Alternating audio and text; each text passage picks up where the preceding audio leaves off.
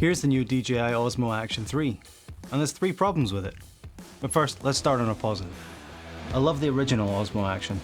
I fly with 4 of them.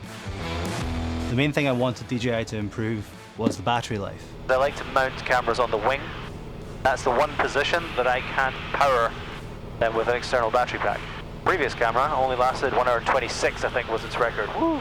That's fairly typical for a 4K action camera, but I'm greedy. This one is meant to last 163 minutes, and I could get 80% charge apparently in 18 minutes on a fast charger. Some serious quality of life improvements there. In my test, I got 2 hours 14 minutes at 4K, 25 frames per second. The 163 minutes that DJI quoted was for 1080p at 30 frames per second. So I'll take 134 minutes at 4K 25. I'll do another one of these tests when it gets colder in the winter, because battery life is notoriously worse in colder temperatures, and it will be sub-zero outside the aircraft while I'm flying.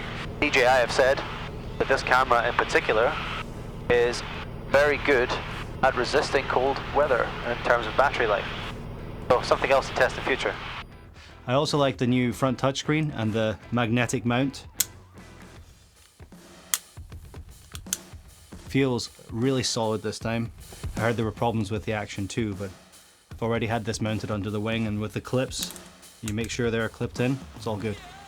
Pretty solid. One of the new features that I was looking forward to trying was the horizon stabilization feature. It's meant to hold the horizon level even if the camera is rolled up to 45 degrees. And this brings us to problem number 1. The horizon doesn't stay level in all directions. It seemed to work fairly well when I was flying in the same direction as I was facing when the camera was calibrated. But when I turned in flight, it seemed a little drunk at times. Look at that horizon, I mean, come on. I wasn't sure if maybe the slight change in the G-forces and turns was confusing the camera's accelerometers. So I decided to test this a little further. Here's some steeper turns, but never exceeding the 45 degrees that the camera is supposed to handle.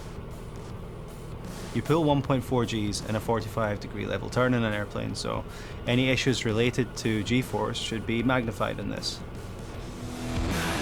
Not great really. The new firmware better fix this. And you may be seeing some interesting artifacts from the interaction of the propeller and my shutter speed, because they released the Action 3 without any ND filters available. And annoyingly, the previous ones don't fit. So I currently have to turn everything on auto and pretend I know nothing about the 180 degree shutter rule. This brings us to problem 2, which is a little more severe. Just like the original Osmo Action, the Osmo Action 3 prioritizes pushing up the ISO over lowering the shutter speed. Look at the propeller. That doesn't happen if your shutter speed is manually set to, say, a 50th of a second. Look at this, right? Manual, 1/50th. ISO 100. It's overexposed, right? You can see EV +2. Okay, let's change it to auto. Auto. The ISO is high. And it's at 1/800th of a second. Look, ISO 150. Why is it not on ISO 100, reducing the shutter speed before it cranks that ISO and dirties the image? I also can't set it on 100 ISO and have auto exposure with the shutter speed. Makes no sense. Lowering the shutter speed would give you more natural motion blur, especially relevant for my propeller, and let you use a cleaner ISO. This needs to be sorted out in firmware updates for the Action 3 and the original Osmo Action, which has the same problem. Problem 3.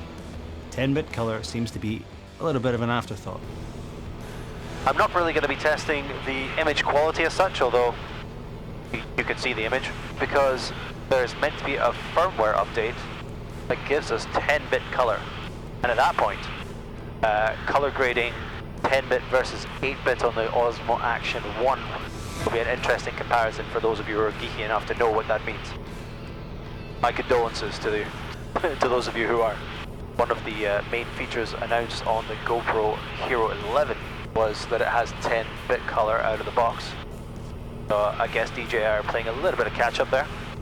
Okay, despite all that, I have to say, I really like the new Osmo Action 3. The battery life alone is a game changer for me. The new magnetic mount is a clever time saver, and I'm sure they can iron out the other issues we've spoken about. I hope you found this helpful. I'll be back next week with another flying video, this time with an airline pilot friend of mine. And all of a sudden I see this black silhouette of a massive, massive cell system compared to the sky. So the sky was like moonlit grey, and then this cloud was just pitch black. And I looked outside and I said to the captain, I was like, holy... Subscribe so you don't miss that. There's a button somewhere here for you. Use it.